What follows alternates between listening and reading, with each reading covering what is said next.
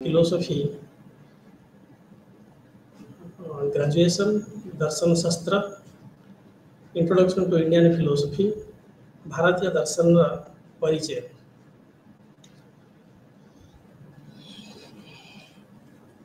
प्रथम आम unit components बा सूची देखी नवा। प्रथम यूनिट 1 भारतीय दर्शन एक रूपरेख। एथिरे आम पढ़ा भारतीय दर्शन रूप कौन। पाश्चात्य दर्शन ठारू भारतीय दर्शन को किसी परिमाण रे कंपेयर करी आम भारतीय दर्शन रूपरेख को जापर। द्वितीय यूनिट रे होची भारतीय शास्त्र। भारतीय दर्शन भारतीय शास्त्र पर निर्भर करे और क्यों क्यों भारतीय शास्त्र ऊपर भारतीय दर्शन निर्भर करे ताहा मध्य एथिरे आम आलोचना करिवा। तृतीय यूनिट होची पुराण दर्शन। पुराण दर्शन हम भारतर एक बड़ साहित्य एवं से साहित्य केउटार सृष्टि हैला ता भीतर दार्शनिक तत्व आलोचना किपरि होबार रही ताहा सब आम आलोचना करिवा। एवं यूनिट 4 हेउची नास्तिक एवं आस्तिक दर्शन विषय रे विवेचना। प्रथमे आम आरंभ करिवा दर्शन शब्दर अर्थ कौन। दर्शन शब्द दृश बोली संस्कृत एक धातु से दृश धातु रे ल्यूट प्रत्यय है सेटा होची दर्शन। दृश प्लस अन सो दर्शन means to see to perceive देखिवा। किंतु देखिले खाली आखिरे देखा जाए नहीं स्थूल वस्तु को देखिबा नुहे। एटी देखिबा अर्थ होची सूक्ष्म वस्तु को देखिबा तत्व वस्तु को देखिबा। तेणु कह संस्कृत जे दर्शन शास्त्र जो डिफाइन होती कह दृश्यते ज्ञायते परिचीयते अनेन इति दर्शनम। दृश्यते अर्थात जो विद्या द्वारा अनेन जो विद्या द्वारा जहाँ द्वारा देखा जाए अर्थात आम कौन सी जिन को देखिपार कौन सी स्थूल वस्तु को नहीं सूक्ष्म वस्तु को ज्ञानर वस्तु को तत्व वस्तु को देखिपारू एवं देखिबा परे आमे ताको जानिपारू अर्थात ता विषय रे विशेष भाव में किसी ज्ञान अर्जन करिपारू। दूर किसी वस्तु को देखिले ता विषय रे तार गुणावली विषय रे हमर संपूर्ण भाव में ज्ञान नहीं थाई पारे किंतु ज्ञान अर्थात आमे किसी जानिपारू। तो दृश्यते हम इंद्रिय द्वारा आमे देखुचे ज्ञायते मन द्वारा आमे ताको जानुचे। तेणु दृश्यते अनेक आउ गोटे पर स्टेप होची ज्ञायते परवर्ती पदक्षेप होची ज्ञायते। तेणु प्रथमे आमे देखिपारू एवं आमे जानिपारू तापर होची परिचीयते। परिचीयते अर्थात परिचय ही थाए। तो आमे देखिपारू आमे जानिपारू एवं आमे परिचित हेई पारू कौन सी तत्व वस्तु सहित ज्ञान वस्तु सहित बा ज्ञानर ज्ञेय वस्तु सहित एवं यही जो विद्या द्वारा एम आमे देखिपारू जानिपारू एवं परिचित हेई पारू ता कह जाए दर्शन शास्त्र बा संक्षेप दर्शन। तो से दृश्यते ज्ञायते परिचीयते अनेन इति दर्शन। आम देखिपारू जानिपारू एवं परिचित होइपारू। देखिपार अर्थात किसी परिमाण आम ता विषय ज्ञान अर्जन करूँ आक्वेंटेड होइपारू। तापर ज्ञायते अर्थात आम ता विषय सविशेष तार गुणावली विषय जानिपारू ताहाको अन्य वस्तु ठारू अलग भाव जानिपारू एवं परिचीयते अर्थात आम ताको अनुभव करिपारू। तो जोटा अनुभव करिपारू अर्थात आम रियलाइज करिपारू। तो परिचय अर्थात संपूर्ण भाव जानी तार समस्त दोष गुण आम जापर देखा गले आम जब कौन सी उदाहरण नवा तार ब्रह्म ब्रह्म कौन इंडिया दर्शन भारतीय दर्शन में ब्रह्म आत्मा ईश्वर यही सब बहुत परिचर्या है। तो ब्रह्म वस्तु कौन यह विषय दृश्यते आम कौटी जानू केमी आम देखिपारू ना ब्रह्म वस्तु को आम सबुआड़े परिव्याप्त होता एक ईश्वरीय सत्ता बोली जानी था। ज्ञायते अर्थात आम ताकू जानी था जे सी निर्गुण सी मध्य सगुण से सर्वव्यापी एवं समस्त गुणर आधार। परिचीयते अर्थात आम ताकू अनुभव करिपारू। जेपर्यंत आम अनुभव न करि परिचु से पर्यंत आमर दर्शन ब्रह्म विषयक दर्शन अपूरणीय रही थाए। ब्रह्म विषयक दर्शन जेभली से भाव में ईश्वर विषयक दर्शन तत्व विषयक दर्शन कर्मफल विषयक दर्शन समस्त प्रकार दर्शन ने आम किसी परिमाण में जानी था पुणी गभीर भाव में जानी था अनुभव करी था यह ही पारे एई जो जानिबा देखिबा जानिबा एवं अनुभव करि परिबा एई कथा जे कहि थाए से होची दर्शन शास्त्र एवं भारतीय दर्शन शास्त्र रे आमे कहा को देखि थाउ ना तत्व दर्शन करि थाउ तत्व अर्थात तत् माने सही दैटनेस तो अर्थात तार से संबित तत्व अर्थात कौन व्यक्तिर कौन वस्तु बा व्यक्तिर सारांश को जानिबा ताहा होची तत्व तत्व होची सारांश तो से सारांश को हम जानि थाउ दर्शन शास्त्र रे हमें टेबल चेयर ए सब जिंस जानि न थाउ सामान्य जिंस जहा को आखिरे देखि हुए सामान्य वस्तु सामान्य व्यक्ति सामान्य कथा जहा को इंद्रिय द्वारा अनुभव करि हुए ताहा को हमें विशेष भाव रे प्राधान्य दे न थाउ हमें तत्व अर्थात सार वस्तु सारांश ये जगत रा सारांश ये शरीर रा सारांश ये आत्मा जे कि समुद्र सारांश ब्रह्म ईश्वर से जो सारांश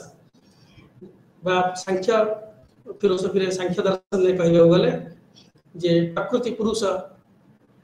मन बुद्धि पंच इंद्रिय ए सब होचन तत्व सेति पई पंचविंशति तत्व कहा जाय छै 25 टा तत्व अछि संख्या 25 तत्व द्वारा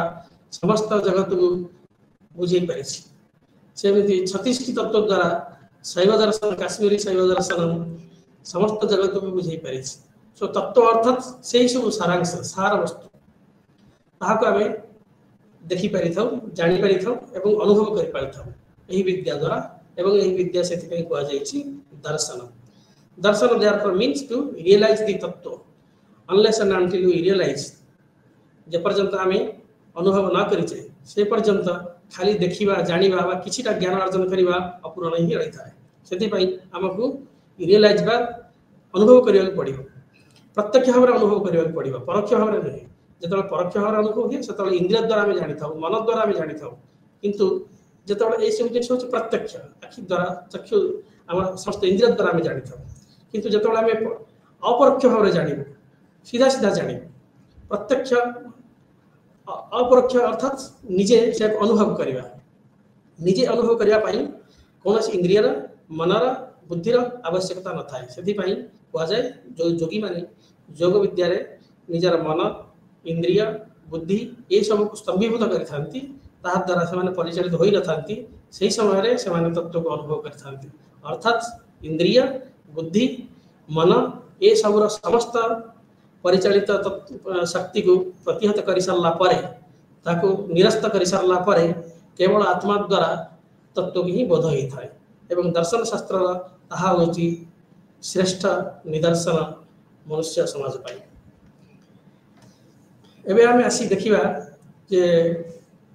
हमर थियोरीज ऑफ रियलिटी विभिन्न प्रकार थियोरी ऑफ रियलिटी रियलिटी अर्थात तत्व विभिन्न प्रकार तत्व का हम जानि थाए ता भीतर किसी तत्व को कहा सेकुलर किसी स्पिरिचुअल किसी physical non physical theistic non थेइस्टिक ए सब जो शब्द गुडी के प्रयोग होसी ए शब्द सब दिया जाइथिबा पुस्तक रे अछि सेति पई ए शब्द को हम आलोचना करूचे नचेत ए शब्द व्यतीत अन्य शब्द मध्य याठर मध्य भलो हिथांता बुझिबा पाई किसी कहउचंती जे जो तत्व जे श्रेष्ठ तत्व ब्रह्मन ईश्वर बा आत्मा बा प्रकृति बा पुरुष ये समस्त होचंती स्पिरिचुअल स्पिरिचुअल अर्थात स्पिरिट स्पिरिट अर्थात आत्मा आत्मा अर्थात जहा भितरे चिंता करिवार शक्ति थाए अनुभव करिवार शक्ति थाए आनंद अनुभव करिवार शक्ति थाए एवं जहा द्वारा जहा भितर विल पावर थाए संकल्प विकल्प ए सब जिंस करिया पई जहा भितरे थाए सेही होची जे चेतनशील जो तत्व ताहा के स्पिरिचुअल तत्व कहा जाए एवं सेकुलर तत्व होची सेही तत्व जोड़ा चेतन अचेतन होई पारे किंतु खाली चेतन को न बुझेई पारे एवं यहाँ समस्त धर्मीय चेतना ठारू दूरे रही थाए तो स्पिरिचुअल जेमति कहा गला सेमति सेकुलर कहि मटेरियल कहिते बरन भलो ही थांदा स्पिरिचुअल एवं मटेरियल मटेरियल अर्थात जहा को सेकुलर लिखा है एठी मु ताको मटेरियल कहूछ यह होची स्पिरिचुअल होची आध्यात्मिक एवं सेकुलर बा मटेरियल होची पार्थिव तो पार्थिव एवं आध्यात्मिक ए दुईटा को हमें तत्व को वर्तमान अलग प्रकार क्लासिफिकेशन करिबा अलग प्रकार वर्गीकरण करिबा तत्व होची तत्वर दुईटा भाग अछि गोटे भाग होची स्पिरिचुअल अर्थात आध्यात्मिक आउटे होची जहाँ को सेकुलर लिखा है सेटा होची मटेरियल अर्थात भौतिक भौतिक एवं आध्यात्मिक कोई दुई प्रकार तत्व अछि एवं भौतिक तत्व रे किछि अछि फिजिकल किछि अछि नॉन फिजिकल फिजिकल अर्थात से स्थान नहीं थाए काल नहीं थाए पात्रता नहीं थाए कौन सी स्थान रे थिबो कौन सी काल रे थिबो कौन सी संपर्क रे थिबो ता होची फिजिकल जेतबेले सेही जिनिस गोटे जिनिस फिजिकल थिबो सेही जगह रे अन्य गोटे फिजिकल रहि परिबो नाही और नॉन फिजिकल होची जोड़ के कि सेही जगह रे अनेक गुडे रहि परिबो जेमते light is not a physical जे आलोक फिजिकल नहीं तो गोटे जगह रे अनेक आलोक रहि परिबो आकाश फिजिकल नहीं तेणु गोटे समय रे गोटे जगह रे केते आकाश सेदा कुआ जाय परिबो नाही तापर होची आध्यात्मिक तत्व कोन ना किसी लोग तो थेइस्टिक कहते किसी नॉन थेइस्टिक अर्थात थेइस्टिक शब्द आछि थियस रु अर्थात कोनोसी सुपर नेचुरल पावर कोनोसी अति भौतिक शक्ति बा तत्व ताहा थिबो एवं किसी लोग कहउछन अति भौतिक तत्व अछि किसी अति भौतिक तत्व किछि नै भौतिक तत्व ही सब अछि याठा अधिक किछि नै तापरे अन्य एक वर्गीकरण रे हम थ्योरीज ऑफ रियलिटी को मोनिस्टिक डुअलिस्टिक नॉन डुअलिस्टिक और प्लुरलिस्टिक भाव में जानी था मोनिस्टिक अर्थात किसी दार्शनिक कहिबे जे मोनिस्टिक अर्थात एकमात्र तत्व मात्र एक से एक तत्व एक जे थिला प्रथमे से एक तत्व अनेक तत्व सृष्टि हेछि तेणु देखिबा गले से अनेक तत्व मध्य से एक तत्व भीतर ही विनाश लाभ करिवो जेमति कहा जायछि ईश्वर को ठारो ए सृष्टि आरंभ हेछि एवं से ईश्वर को ठारे ही सृष्टि रो विलय घटिवो एई भली जो दर्शन शास्त्र को कहा जायछि ताको मोनिस्टिक बा एकेश्वरवाद कहा जायछि एक तत्ववाद बा एकेश्वरवाद यदि ईश्वर को कहबे एकेश्वरवाद यदि तत्व को मतलब एक तत्ववाद डुअलिस्टिक दर्शन जो कहा जाउछि द्वैतवाद कहउछन्ति ना एक नहीं निश्चित भाव रे दुईटा तत्व थिबो सर्वशेष रे दुईटा तत्व थिबो जेमति सांख्य फिलोसफी कहउछि जे पुरुष और प्रकृति ए दुईटा मात्र अछथि ए दुईटा ए समग्र जगत एवं आमे सब सृष्टि हेछु तो डुअलिस्टिक अर्थात द्वैतवादी माने दुईटी तत्व को मानନ୍ତି दुईटी परम तत्व एमिन तो अनेक तत्व अछि पंचविंशति तत्व अछि 25 तत्व अछि सांख्य फिलोसफी रे किंतु द्वैतवाद अर्थात परम तत्व दुईटी से होछन्ति पुरुष एवं प्रकृति मोनिस्टिक अर्थात एकेश्वरवाद बा एक तत्ववाद से माने कहउछन्ति जे ना तत्व होछि परम तत्व होछि एक ता होछि ब्रह्म ता होछि ईश्वर ता होछि आत्मा जे कि सचराचर सृष्टि ता ठारू आरंभ होइछि जेमिति गोटे बुढ़ियाणी ठारू तार सुता सब बाहरी थाए सेमिति से गोटे ईश्वर ठारू ए समग्र सृष्टि आरंभ होइछि से गोटे ईश्वर होचंदी ए सृष्टिर समस्त प्रकार कारण एवं कार्य तापर हमें आसिया नॉन डुअलिस्टिक जो माने से माने दुईटा को मानना ना एक को मानुछंती ना दुई की मानुछंती से माने किसी तत्व ही नाही से विषय रे एई भली कोनोसी दर्शन शास्त्र यदि हमें कहिबा ताहले हम भारत रे चारबाक सिस्टम थिबो जे नॉन डुअलिस्टिक आ होचंती प्लुरलिस्टिक को माने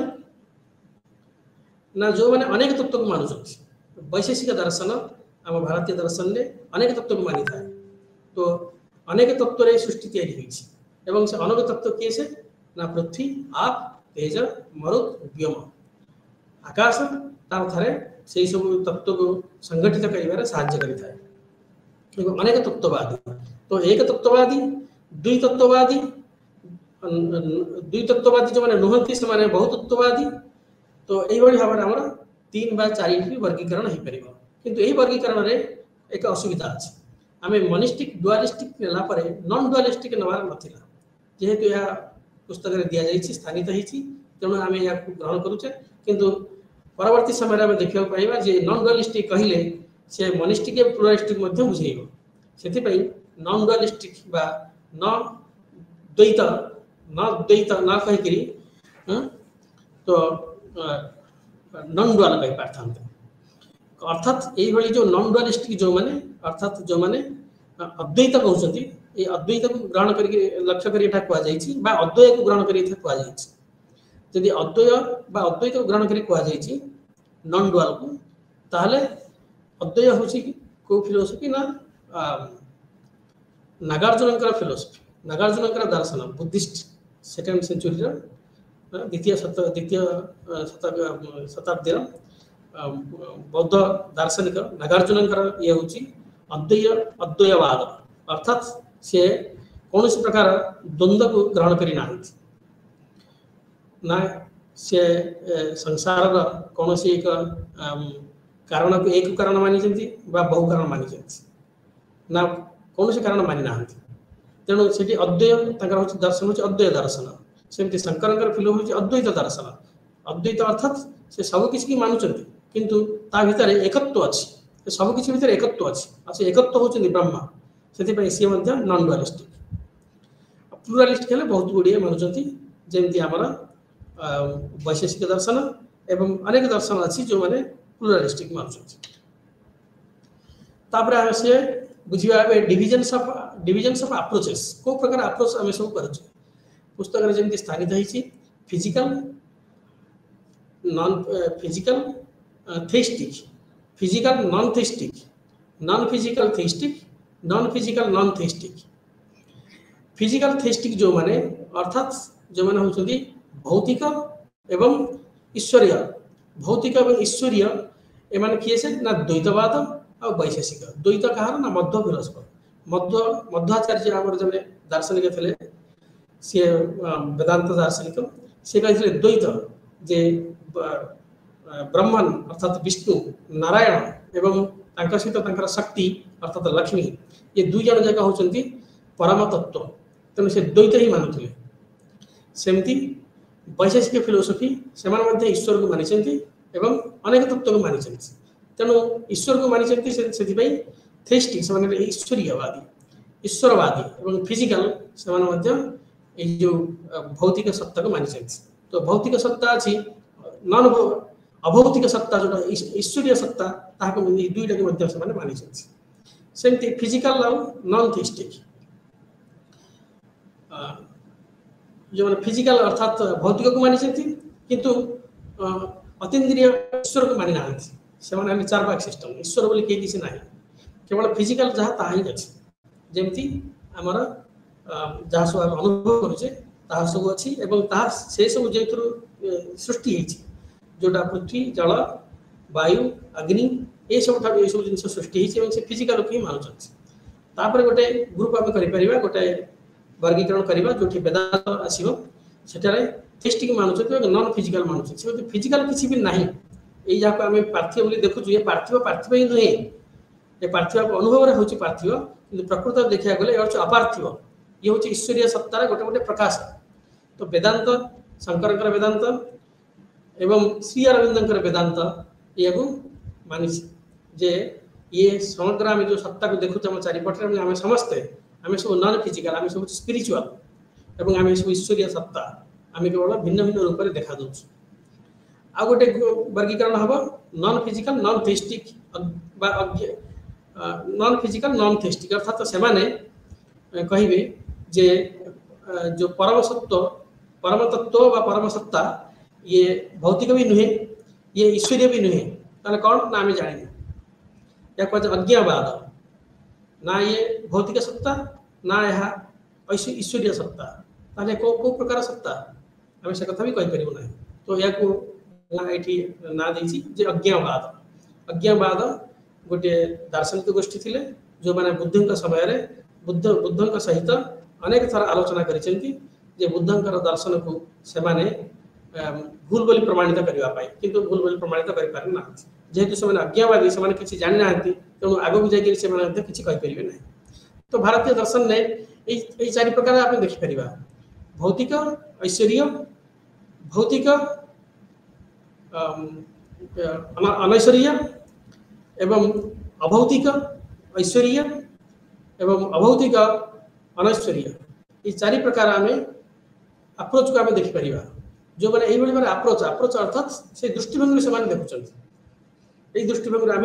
भारतीय दर्शन को देखिपर आम भारतीय दर्शन ने ज्ञान चर्चा ज्ञान कई परिमाप देखा किसी समय दबा तो ज्ञान जो पाश्चात्य दर्शन कहुई ज्ञान हूँ केवल ज्ञान ज्ञान अर्जन करा ज्ञान एमती जो कहुए तो इंट्रिंसिक वैल्यू कहुए भितर अंतर मूल्यांकन होता है अंतर मूल्यांकन ज्ञान हूँ ज्ञान ज्ञान कौन नुहे नॉलेज इज पावर ज्ञान हूँ शक्ति ये बेकन कहते तो एमती पाश्चात्य दर्शन जगत रे ज्ञान को केवल ज्ञान ही आहरण कर ज्ञान केवल क्या आहरण कर किंतु भारतीय दर्शन ने ज्ञान ज्ञान आहरण कर ज्ञान जब ज्ञान आहरण कर ज्ञान कौन मूल्य ही रही कौन वस्तु केवे निजे ही न था समस्त वस्तु केवल आत्मा ही होता है अरे आत्मा बारे द्रष्टव्य आत्मा को ही देख आत्मा ये जगत आम निज ये हूँ जगत आम निजे किए से ना आम आत्मा कौन ना आम भीतर स्पिरिचुअल गोटे शक्ति जो कि जी कि एक यूनिवर्सल शक्ति सी हूँ से शक्ति हूँ सार्विक से समस्त सब व्यापी रही भर खंडार्थ ना कि आम शरीर भितर जेहेतु अच्छी आम तो आमर एवं अन्य जन भीतर बोली कहुए कि प्रकृत में कह गले सी हूँ सर्वव्यापी एक शक्ति एवं तारि ही सबकि होता है से आत्मा अनुभव कर से आत्मा ज्ञान आहरण कर से आत्मा सुखर दुख को निराकरण कर ज्ञान हूँ आवश्यकता यदि ज्ञान केवल ज्ञान पे होता है से ज्ञान कौन मूल्य ही न था ज्ञान सब आत्मार कल्याण ज्ञान सब मनुष्यर सुख ज्ञान सब समस्त जगतर मंगल से ज्ञान को आम भारतीय शास्त्र रे गोटे इंस्ट्रुमेंटल अर्थात गोटे आवश्यक पदार्थ बोली नि जाए ये आवश्यक अन्य कहाँ ना मंगल सुख आत्मार उन्नति यही भाव में भारत दर्शन ने ज्ञान को इंस्ट्रुमेंटल अर्थात गोटे आवश्यक उपकरण हिसाब से किंतु पाश्चात्य दर्शन ने ज्ञान केवल ज्ञान यही भाव में भारतीय दर्शन पाश्चात्य दर्शन किसी परिमाण में ज्ञान को नहीं भिन्न मत पोषण करे ज्ञान सब आम जिते प्रकार ज्ञान अच्छे आम ज्ञान को जब देखा कौट कौटी से सब अच्छी कौ प्रकार शास्त्र भितर सी अच्छी कौ प्रकार पुस्तक भितर आम भारतीय दर्शन शास्त्र दर्शन विद्या भारतीय संस्कृति अच्छी आम सब अलग अलग भाव आगे सब देखू तो प्रथम आम देखू श्रुति जहाँ ये देखा जाऊनी हूँ श्रुति श्रुति अर्थात जहाँ को आम शुणी शुणी मन रखी था जो स्मृति लिखाई स्मृति आज धर्मशास्त्र आम पढ़ी पारे श्रुति जहाँ की भी देखा जाऊनी श्रुति श्रुति शब्द अर्थात शुणी शुणी जहाँ को मन रखा जाए एवं जो कथा को जो सत्य को जो विद्या को ऋषि माने शुणी था ऋषि माने शुणी था क्योंकि ना से समस्त इंद्रिय मन एवं बुद्धि को निरस्त करी जितेबाला समाधि बसी था से समाधि बसी समय रे से कौन शब्द शुणी पारि था कौन मंत्र शुणी पारि था एवं से जो शब्द से जो मंत्र शुणी पारि था से मंत्र शब्द रे चिरंतन सत्य चिरंतन ज्ञान लुचि रही था वेद हूँ से भाव में किसी मंत्र बा शब्दर समाहार ऋषि मैंने ध्यान में बसी से सब शब्द को शुणी पारे से जहाँ को सब शुणी पारे से हूँ श्रुति एवं शुणी पारा से शिष्य मान शुणाई शिष्य मैंने शिष्य मान शुणाई पीढ़ी पर पीढ़ी से शुणी शुणी से मन रखुले से श्रुति तो दुई प्रकार कारण को श्रुति कहुए वैदिक ज्ञान और उपनिषद ज्ञान ये श्रुति कहीं ना प्रथम कारण हूँ जे ऋषि मैंने ध्यान अवस्था शुणी था एवं पीढ़ी पर पीढ़ी शुणी शुणिका अन्य माने अभ्यस्त मन रखी था से दी प्रकार कारण से हूँ श्रुति अन्य पक्षे कह गले बेले बेले ऋषि मैंने न शुणिक देखिपारि था मंत्र को देखिपारि था जमी आम किसी वस्तु को देखिपुँ से देखिपारि था से कहुए मंत्र द्रष्टा आ से जो देखिपर हूँ दुःशब्द अर्थात दर्शन से दर्शन करें से मंत्र को सहित साक्षात्कार होता है से मंत्र सहित ऋषय मंत्र द्रष्टा ऋषि मैंने मंत्र द्रष्टा बोली कहुए कारण से मंत्र को देखिपारि था दर्शन करें एवं श्रुति क्या कहुए वेदर किसी ऋचा आउ उपनिषद यही सब उपनिषद किसी भाग या किसी श्रुति भी कहुए शुणी शुणी मन रखी बोली श्रुति कहुए किसी मंत्र को से आविष्कार करते सब शक्ति अच्छी सब मंत्र ही थाए मंत्र हूँ शक्तिर एक आधार शक्तिर गोटे प्रकार फर्मुला से कह सूत्र कह गले चले से शक्तिर जो सूत्र से मंत्र आकार में देखी शुणी पारे जो मैंने ऋषि से शुणी जिन सब श्रुति कहुए तापर समस्त शुणी शुणिका मन रखी श्रुति कहुए दुई कारण श्रुति वेदर अनेक मंत्र भाग को कहुए उपनिषद वेदर अनेक भाग श्रुति हिसाब से ग्रहण कराए कारण शिष्य मैंने से लेखापढ़ा लिपि ना लिपि बहुत क्लिष्ट थी से शुणी शुणी ग्रहण करुले मन रखुले यह श्रुति श्रुति विषय में आम चारि वेद आसो चारि वेदर जो सब भाग हो उपनिषद से सब आसपर आसला स्मृति स्मृति कौन ना जहाँ को स्मृति अर्थात आम मानसिकता द्वारा मन द्वारा बुद्धि द्वारा जहाँ को कंपोज कराई जहाँ को रचना करा सी हूँ स्मृति वेद को रचना करा जाएगी से अपौरुषेय कौन मनीष रचना करेंगे मनीष कौन देखिपारी किंतु स्मृति हूँ पौरुषेय स्मृति को मनीष रचना कर लिखी तेणु स्मृति किए से ना हूँ धर्मशास्त्र जितक आम धर्मशास्त्र अच्छी सी हूँ स्मृति भितर जाए गौतम धर्मशास्त्र मनुकर धर्मशास्त्र मनुस्मृति से स्मृति तापर आस माइथोलोजी माइथोलोजी अर्थात पुराण आम अनेक पुराण अच्छी 18 पुराण अच्छी कह 18टा पुराण अच्छी व्यास भर अनेक पुराण लिखी व्यास महाभारत लिखी रामायण आमर वाल्मीकि लिखी वाल्मीकि पर अन्य सब प्रत्येक क्षेत्रीय रामायण सब लिखी कृतिवास रामायण जमी लिखाई ओडिया लिखाई सारला दास महाभारत लिखाई जोटा कि व्यासंकर महाभारत अलग एवं अनेक रामायण महाभारत अनेक अनेक प्रांत देशर अनेक प्रांत रामायण महाभारत भिन्न भिन्न सब शैली लिखा चली से क्षेत्रीय कथा सब भर सन्निवेशित ये समस्त हूँ माइथोलोजी बा पुराण हिसाब से पुराण शब्द अर्थ हूँ पुरा लोक मैंने जहाँ कही पुराणा लोक मैंने जहाँ कही जहाँ को आम शुणी शुणी आसु लिपिबद्ध करूँ पुराण एक्चुअली माइथोलोजी शब्द अर्थ हूँ मिथ मिथ अर्थात जहाँ काल्पनिक जहाँ केवे संभव नुहे किंतु आम भारत में देखा गले रामायण महाभारत अनेक पुराण ये सब संपूर्ण भाव काल्पनिक नुहे यार शैली किसी कल्पना मिशा जाए सत किंतु किछि किछि सत्यता उपरे ऐतिहासिक सत्यता उपरे यही सब पुराण सब तिष्ठि रही रामायण के होई पारे महाभारत किसी केतबेले होई पारे एवं जेमिति वर्णना है सेमिति न होई पारे वर्णन टिके पुट लगा है अधिक भाव वर्णन भल कर रखा है किंतु ता माने नुहे जे से संपूर्ण भाव में काल्पनिक हो तेणु माइथोलोजी न कही आम भाषा पुराण कहले पौराणिक कहले हूँ भल पुराण पुराण अर्थात पुरा लोक मानकर पुराणा लोक मानकर कथा पुराणा लोक मैंने जहाँ बखाणी थे हूँ पुराण एवं ताको संपूर्ण माइथोलोजी कहले भूल हम माइथोलोजी शब्द तापाई विशेष भाव में प्रযোज्य नहीं पारे तापर हूँ वेदांग वेद बुझापी वेदांग दरकार वेद अंग अर्थात वेदर अंग अंग प्रत्यंग है शरीर चली था सेमती यही सब पढ़ले वेद को बुझा जा पड़ो ये हूँ शिक्षा छंद व्याकरण निरुक्त ज्योतिष कल्प शिक्षा हूँ केमी शब्द को तुम उच्चारण कर फोनेटिक्स छंद हूँ पदपात जतिपात कर कविता केमती लिखा जा पार पद्य गद्य केमती लिखा जा पार व्याकरण हूँ व्याकरण शास्त्र जहाँ शब्द संधि समास ये सब जिन आम जाणी शब्द रू गोटे शब्द अनेक शब्द तैयारी केते गुड़े शब्द रू अनेक वाक्य तैयारी पार यही सब व्याकरण शास्त्र निरुक्त अर्थात वेदर किसी शब्द प्रयोग होती जो शब्दर साधारण अर्थ मिले ना तेणु जास्क जन ऋषि थे सी निरुक्त बोली एक वेदांग लिखिं जो सी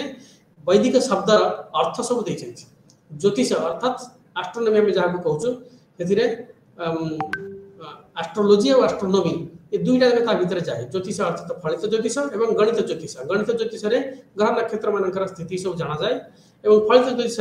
मनीषर ग्रह नक्षत्र स्थिति जोगु मनीषर कर्म की प्रकार प्रभाव पड़ो तो भाग्य की प्रभाव पड़ो ज्योतिष कहुए फलित ज्योतिष किसी परिमाण भूल होता पारे गणित ज्योतिष संपूर्ण भाव में वैज्ञानिक जहाँ जो समय आमर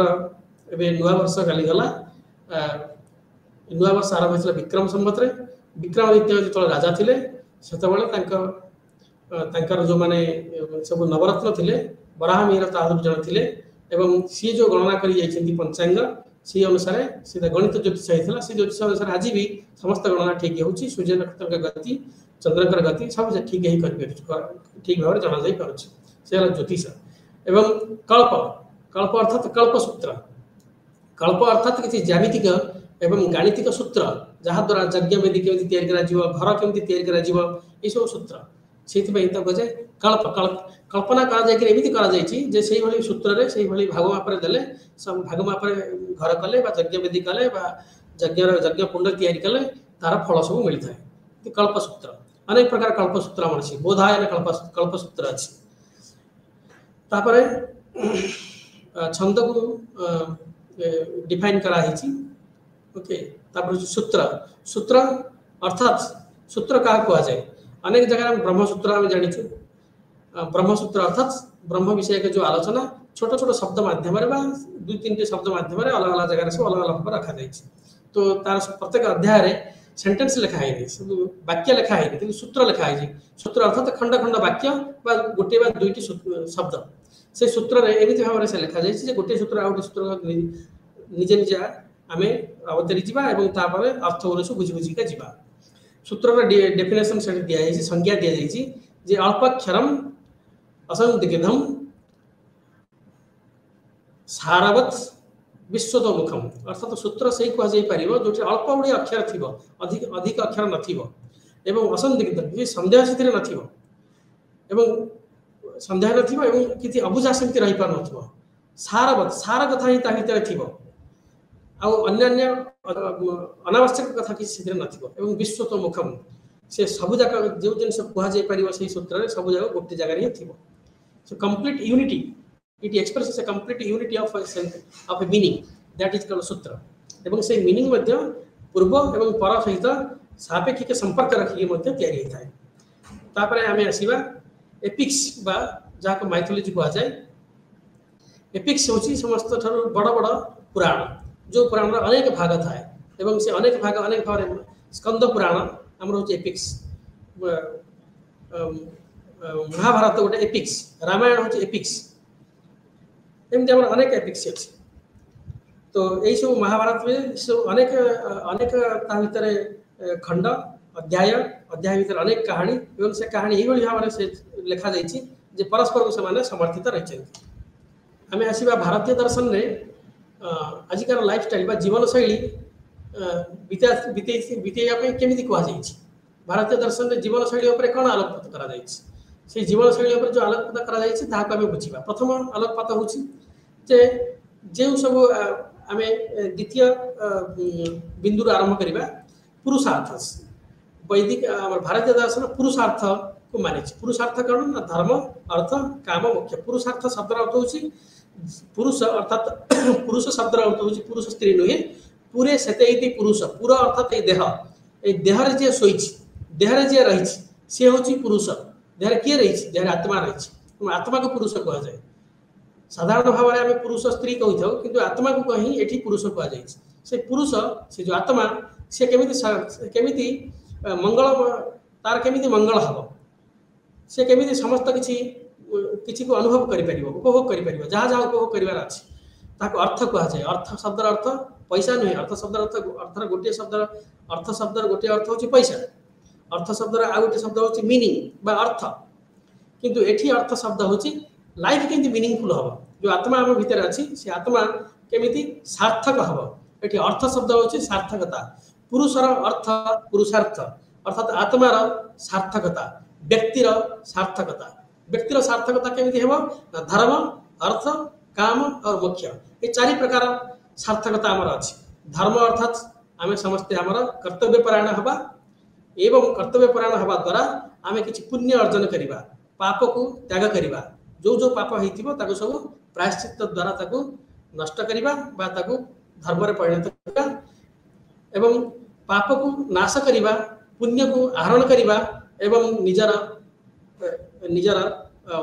विवेक अनुचित कर्तव्य करवा। तो धर्म शब्द अर्थ खाली धर्म नुहे एक अभौतिक सत्ता। धर्म शब्द अर्थ हूँ कर्तव्य धर्म शब्द अर्थ हूँ एक शक्ति। तो धर्म शब्द को जो बुझा जाए से ध्रु धातु आसी अर्थात धारणा धर्म इत्याहु जहाँ को पालन करने द्वारा आम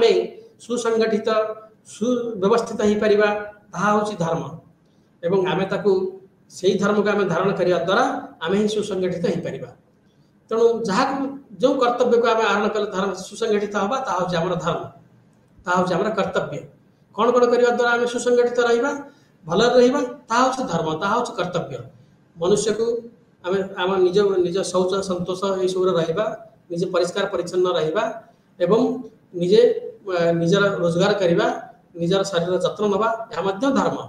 एवं जदि आम पाखे पड़ोशी कहीं अच्छा आमर अन्य कहीं सहचारी अच्छा जो मानकर सेमती निजर अति मिनिमम जत्न नवापाई है कम किसी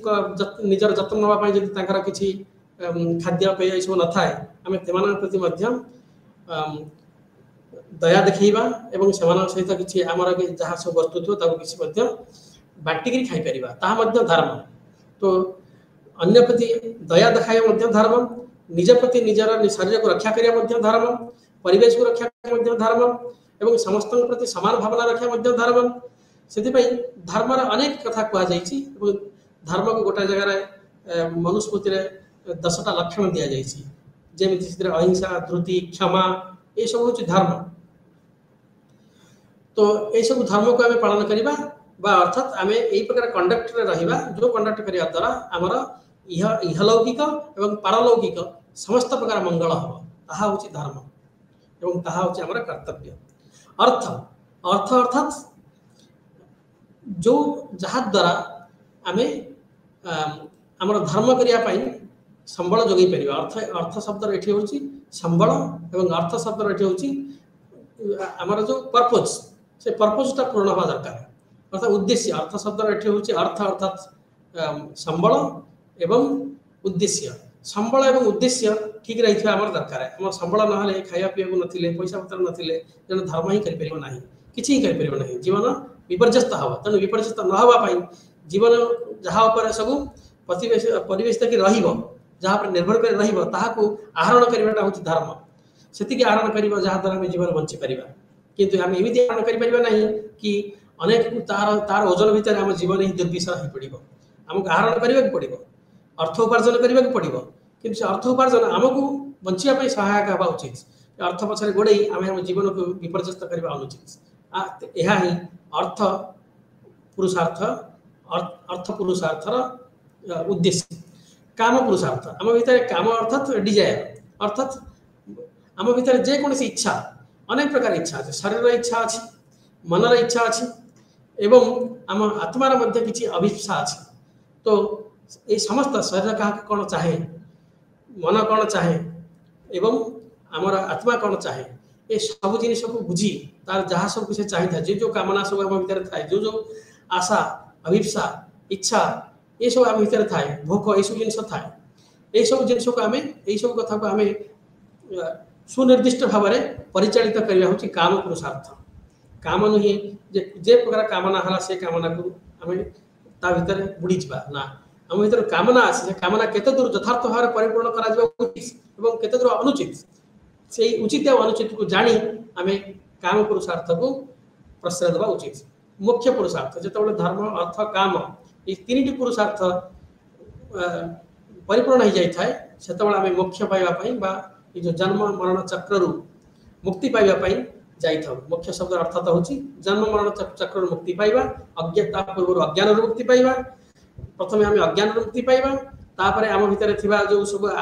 राग द्वेष लोभ मोह मद मात्सर्य ये सब षडरूप अच्छी ताथुर मुक्ति पाइबा ये सब मुक्ति पाइबा पर आमर कर्म एवं कर्म जो संचित कर्म प्रारब्ध कर्म ये सब मुक्ति पाइबा संचित कर्म आ संचित हम ना जहाँ संचित होता प्रारब्ध आसी भोगभाग हो सारी आम आउ पुणी थे संचित करवा ना एवं ये सब मुक्ति पाइला जन्म मरण चक्र मुक्ति पाइबा। तो से मुख्य पुरुषार्थ अच्छे अनेक दार्शनिक भारतीय दर्शन ने धर्म अर्थ काम को पुरुषार्थ मानती पुरुषार्थ हूँ त्रयी पुरुषार्थ हूँ तीन टा मुख्य को से मानि ना कि किसी किसी दार्शनिक ये चारिटा को मानी धर्म अर्थ काम मोक्ष। धर्म द्वारा आम धारित हो पारिबा धारण हो पारिबा आमे निजको रक्षा करि पारिबा हमर कर्तव्य पालन करिबा अर्थ पुरुषार्थ द्वारा आमे अर्थ आहरण करिबा जीविका उपार्जन करि पारिबा काम पुरुषार्थ द्वारा हमर समस्त किछि जहा आशा इच्छा शरीर मन और आत्मा सबको पूरण करि पारिबा एवं मोक्ष सब किछि पूर्ण हो सारा पर आम मोक्ष पाई जीवा जीवन चक्र जन्म मरण चक्र मुक्ति पाइबा कर्म बंधन को भांगी दे पारिबा ए होची पुरुषार्थ आम भारतीय दर्शन में कह जाइछि ए पुरुषार्थ को आम केमिति पूर्ण करिबा ना सेति में आश्रम व्यवस्था रही आश्रम व्यवस्था कौन ना ब्रह्मचर्य अर्थात प्रथम आश्रम जो धर्म पालन करिबा ब्रह्मचर्य आश्रम अर्थात सबुआड़े आम शिशु अवस्था जे पर्यंत 25 वर्ष पर्यंत हाराहारी बयस से धरा जाइतिला 100 वर्ष तेणु प्रथम 25 वर्ष पर्यंत आम ब्रह्मचर्य प्रथम आश्रम में रहिबा प्रथम आश्रम ब्रह्मचर्य आश्रम ब्रह्म शब्द अर्थ ये हूँ सबुआड़े विस्तारित होता एक चिरंतन सत्ता सी हूँ ब्रह्म सी हूँ ईश्वर से चारिआडे अच्छा ही आम आम आचार में आनिबा आम आचार से ब्रह्म को ही आनिबा ताहा ही हूँ ब्रह्मचर्यर निहित अर्थ आ ब्रह्मचर्यर जो बाहर अर्थ ताहा हूँ जे आम ब्रह्मचारी अर्थात रहा अर्थात आम मन देह ये सब समस्त प्रकार आकर्षण दूरे रखा निजक सम दम उपरति तितिक्षा यही भीतर बांधिकी रखा कौन सेल्फ कंट्रोल रखा यही हूँ ब्रह्मचर्य शरीर और मन सेल्फ कंट्रोल रखा यहाँ हूँ 25 वर्ष है हाँ ये सेल्फ कंट्रोल रखला निजक संयत भाव रखिक 25 वर्ष पर्यंत पढ़ा और 25 वर्ष पर गार्हस्थ्य जो आसो गार्हस्थ्य गृह को प्रवेश करवा गार्हस्थ्य अर्थात गृह को प्रवेश कलापर आम आमर पारिवारिक अनुष्ठान भितर रहिबा परिवार तैयारी करिबा विवाह करिबा एवं संतान संतति करिबा एवं संतान संतति को बड़ करिबा एवं से गृहस्थ आश्रम थिला बेले आम सन्यासी ब्रह्मचारी से भिक्षा दबा एवं पितामाता सेवा करिबा गार्हस्थ्य आश्रम हूँ समस्त आश्रम ठारू कठिन आश्रम एवं समस्त आश्रम ये गार्हस्थ्य आश्रम उपर निर्भर करते गार्हस्थ्य आश्रम बा परिवार करिथिबा लोक मानकर श्रेष्ठता सब बड़ प्रतिपादित होइछि केबे हेले परिवार करिथिबा लोक को निम्न भाव में देखा जाय पारि नाही तापर से वानप्रस्थ आश्रम 25 प्रथम वर्ष 25 वर्ष पर्यंत ब्रह्मचर्य आश्रम 25 रु 50 वर्ष पर्यंत 26 रु 50 वर्ष पर्यंत गार्हस्थ्य आश्रम 50 वर्ष पर वानप्रस्थ अर्थात आम बण को जीवा जंगल से बण अर्थात गाँ बाहर जनपद बाहर गोटे आश्रम भली स्थिति थाए चारि बण भितर बेसी जंगल ग्राम ठार दूर नुहे जनपद ठार दूर नुहे अल्प दूर से कौन करते ना ज्ञान साधना करते से कौन करेंगे ना ब्रह्मचारी मान पाठ पढ़ेबे निजे बही लिखे निजर ज्ञान जी अर्जन करेंगे 50 वर्ष भर सब लिखे से जिन पढ़ेबे ब्रह्मचारी मान तैयारी करेंगे पढ़ेबे और ता सहित निजर ज्ञान अर्जन करेंगे ये वानप्रस्थाश्रम एमती से 51 वर्ष 75 वर्ष रहा जी सन्यास आश्रम करने एवं वर्तमान सन्यास वानप्रस्थ आश्रम पर से कौन कर्तव्य ना केवल निज प्रति कर्तव्य से ध्यान धारणा समाधि ये 3टा भितर बुड़ी रे निजर आत्मा को आत्मा विलीन रे निजर कर्म जंजाल को नष्ट कर सारा पर मोक्ष पाइबा उपयुक्त हे ये हूँ गोटे कथा सन्यासी सन्यासी हूँ सत उपर न्यास कर सत उपर निजकू निर्दिष्ट भाव रखि जहाँ सत्य ता ही कर जहाँ सत ता ही कर जहाँ भल ही ता ही कर सत रहा सन्यासी कहुए तेज आम 100 वर्ष लोक बंचा कथा अलग कथा ब्रह्मचर्य गार्हस्थ्य वानप्रस्थ और सन्यास ये 4टार अवस्था बयस अनुसार बयस अनुपात अवस्था भिन्न भिन्न अवस्था एवं एका समय रहीपर एका समय गोटे गार्हस्थ्य लोक गृह लोक ब्रह्मचारी भी हो वानप्रस्थ भी हो सन्यास रहीपर ये जो आश्रम व्यवस्था और पुरुषार्थ आम 2टी भारतीय दर्शन 2टी बड़ अवदान तापर आम आसवा कि पुस्तक विषय कहवा जो भारतीय दर्शन आरंभ होती विशेष श्रौत सूत्र अर्थात श्रुति को श्रुति अर्थात वेद और उपनिषद यही सब को अवलंबन करी जो सब पूजा पद्धति विषय कहुई जो सब अनुष्ठान विषय धार्मिक अनुष्ठान विषय कहुई ईश्वर को उपासना करने विषय कहुई से जो विषय ये विषय कहुई वस्तु आलोचना को କୁହାଯାଏ ଶ୍ରୌତ ସୂତ୍ର। ଶ୍ରୌତ ସୂତ୍ର ଅନେକ ଲୋକ ଲେଖିଛନ୍ତି। ଅଶ୍ୱଳାୟନ ଜଣେ, ସାଂଖ୍ୟାୟନ, କାତ୍ୟାୟନ ଶୁକ୍ଳ ଯଜୁର୍ବେଦ ଉପରେ ସହିତ ଲେଖିଛନ୍ତି। ବୋଧାୟନ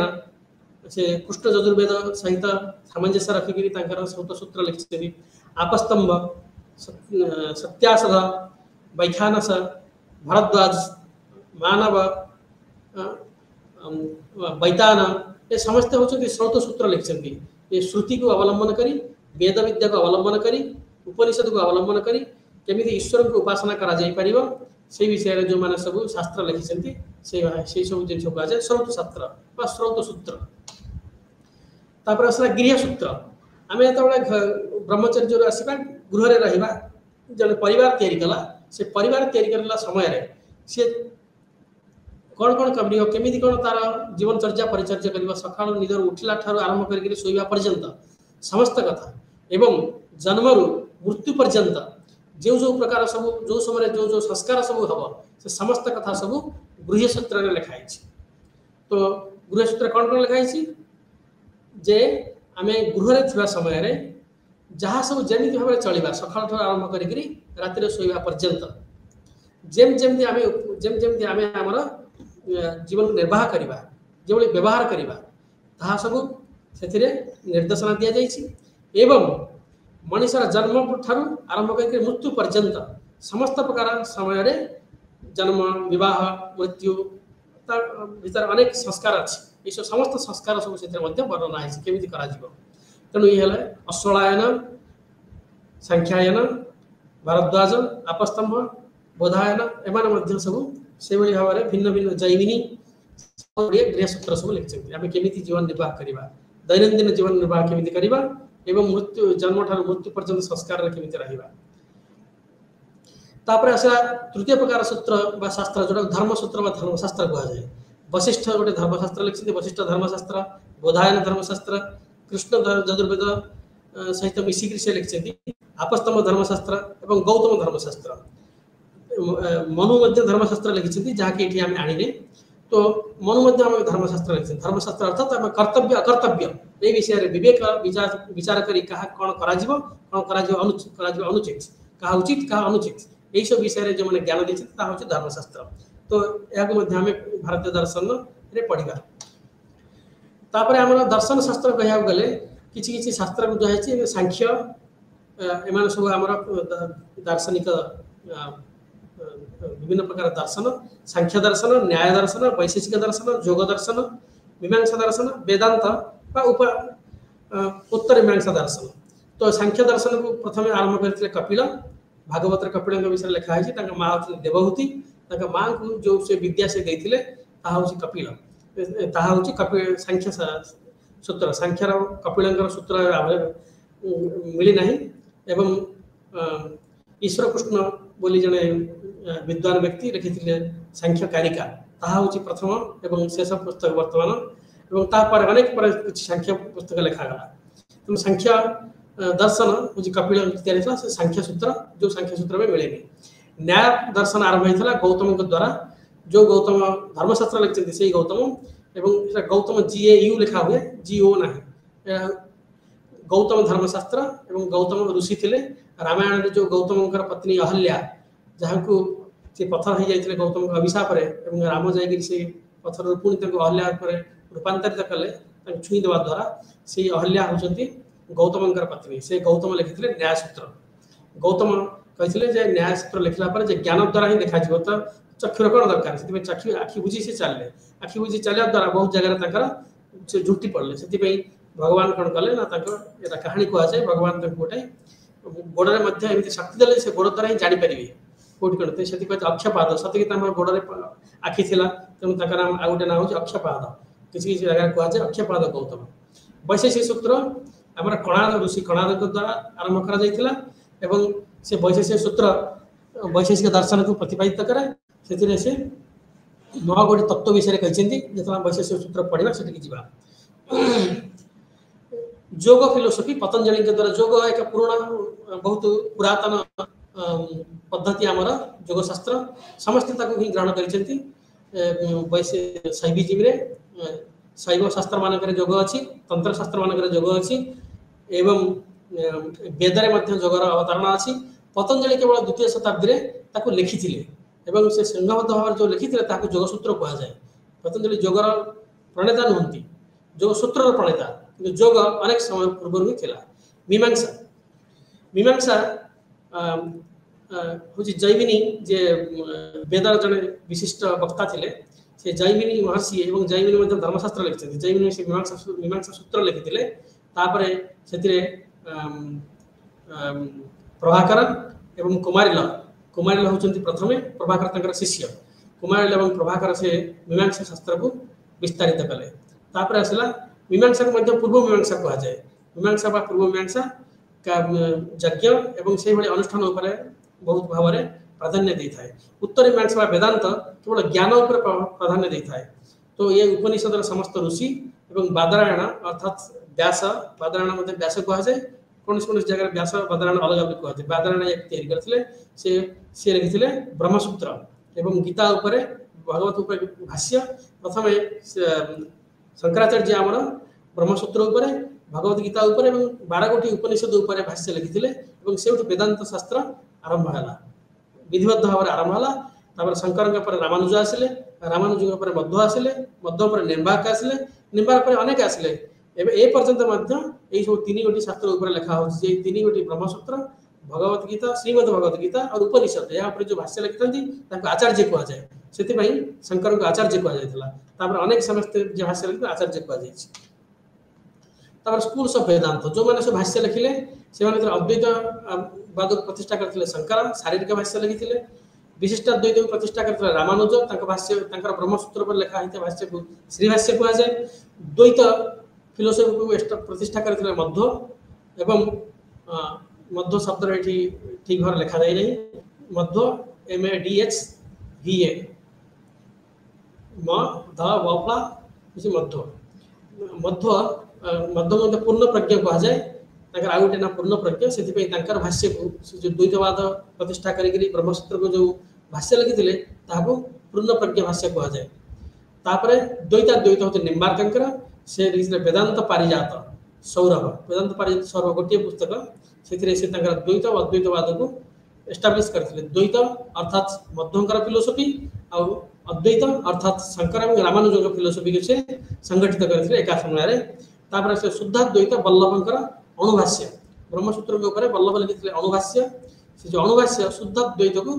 प्रतिष्ठा करे शुद्धाद्वैत अर्थात माया विहीन अद्वैत मायार कौन किसी ना शुद्ध अद्वैत यह प्रेम भक्ति उपर एवं ज्ञान मिश्रा भक्ति उपर प्राधान्य देता है तापर आस अचिंत्य भेदाभेद चैतन्य महाप्रभु और गोविंद भाष्य चैतन्य महाप्रभुकर जो ब्रह्मसूत्र भाष्य गोविंद भाष्य कह जाए और अचिंत्य भेदाभेद जो सिद्धांत ताकू प्रतिष्ठा करते अचिंत्य भेदाभेद अर्थात जगत एवं ईश्वर एवं आम भितर भेद अच्छी अभेद भी अच्छी ये जो भेद अभेद एका बार तो कह पारानी से कंट्राडिक्शन हम विरोधाभास हम तेणु अचिंत्य कह तो अचिंत्य भेद अभेद से भेद को मानिले अभेद को मानिले द्वैताद्वैत को निम्बार्क जमी मानी सेमती तार अनेक संस्करण हो अचिंत्य भेदाभेद भक्ति मार्ग को प्राधान्य देते आम स्कूल्स ऑफ बुद्धिजीव पर किसी कहवा आज समय हो पारे तेणु जी समय जीव से आज कहवा प्रथम बुद्ध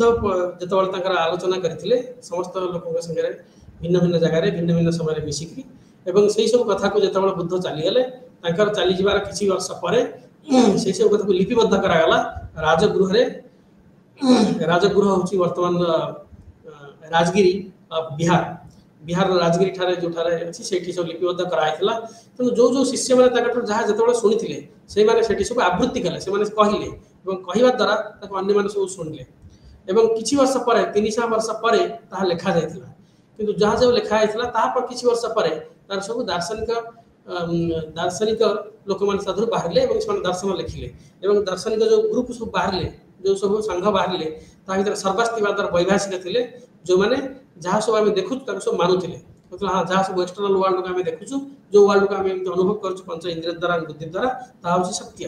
तेणु कहते बाह्य प्रत्यक्षवाद प्रत्यक्ष भाव में आम बाह्य जिन सब देखुचु सब सत किंतु तापरे से विद्यारे आउ किछि दार्शनिक बाहरले से सौतांत्रिक कह जाए से सब कहले ना ना बाह्य जिनस को आम जहाँ देखु सत्य नुहे बाह्य जिनस अनुमान अनुमान करुँ आम केवल कल्पना द्वारा तैयारी करुँ बाह्य जिनस जहाँ जमी देखु सेमती नुहे आम फूल को देखुन आम रंग देखुचु आम तार कोमलता देखुचु आम तार दूरता देखुचु ये सब जिन मिसीगला पर से आम फूल बोली प्रतीयमान हो आम बाह्य को अनुमान करुँ आसले स्कूल सब बुझे माध्यमिक फिलोसफर माध्यमिक नागार्जुन माध्यमिक दर्शन को आरंभ करते द्वितीय शताब्दी में नागार्जुन निहिलिज्म कह जाए से मूल माध्यमिक कारिका बोली एक बही लिखी लंकावतार से मूल माध्यमिक बही एवं अनेक गुड़े किताब बही अच्छी से जो रचना करते द्वारा से करते आम कौन जिन अच्छी बोली कहींपारानी कौन जिन नहीं बोली कहींपार ना समस्त प्रकार विरोधाभास किसी ठंडा कौन जिन गरम यहाँ आम अल्टीमेट कहींपार ना अल्टीमेटली कौन सब जिन चली जाए नष्ट हो जाए अल्टीमेटली सब जिन चिरंतन था एक आम कहींपार ना अल्टीमेट लेवल कह गले अल्टीमेट अर्थात चिरंतन परम लेवल सर्वशेष अवस्था कौनटा कह जापर आम कहींपर ही ना बुद्धि से कौन तर्क दे पार ना जब तर्क दब तार गलत ही हम भूल ही हम से कौन जिन सिद्धांत शेष में कह जाए शून्यता अर्थात B empty regarding your views दृष्टि जो दृष्टि आम कौन प्रकार दृष्टिभंगी दबा ना दृष्टिभंगी निरस्त रहा जदि प्रकृत भाव समय आम एमती गोटे अवस्था को आसवा जो कौन दृष्टिभंगी आम दबा ना कौन दृष्टिभंगी दबा ना से तत्व कौन सत्यटा कौन ताही प्रकृत भाव आम अनुभव कर कि जो खंड में पुणी दृष्टिभंगी दबा पुणी थे वर्णना करने चाहिए से पुणी सत्य और सत्य रही से असत्य हो भर कौन सब गड़बड़ हो तेणु से कहते आम समस्त दृष्टि विरत रहा सर्वदृष्टि प्रहरण सब प्रकार दृष्टि को आम हत्या करदे शेष अवस्था जो आम तत्व को बुझा जापर आसला जोगाचार विज्ञानवाद बुद्धिजीवी जो जोगाचार विज्ञानवाद से जोग उपर बहुत प्राधान्य दौले आम ध्यान करने द्वारा आम चित्त को माने चित्त भितर आम अनेक प्रकार कलमश अच्छी से चित्त भितर जो कलमश अच्छी जो सब भितर जो काम क्रोध लोभ मोह मद आश्चर्य शक्ति अच्छी भितर आम जो जिनस प्रति आकर्षण अच्छी विकर्षण अच्छी राग अच्छी विराग अच्छी ये समस्त जिनिस को आम त्याग करी आम केवल चित्त मात्र रहा केवल चित्त निरोला चित्त प्योर कन्सियसनेस ये चित्तर केवल रहा अन्य कास्ट रहा नहीं अन्य कौन जिन रहा नहीं ये चित्त को जो आहरण करवा से चित्त मात्र पहुँचा विज्ञान मात्रता कहुए consciousness only thank you all for this study आज अध्याय धन्यवाद आम पुनश्च काली अध्याय मिलवा।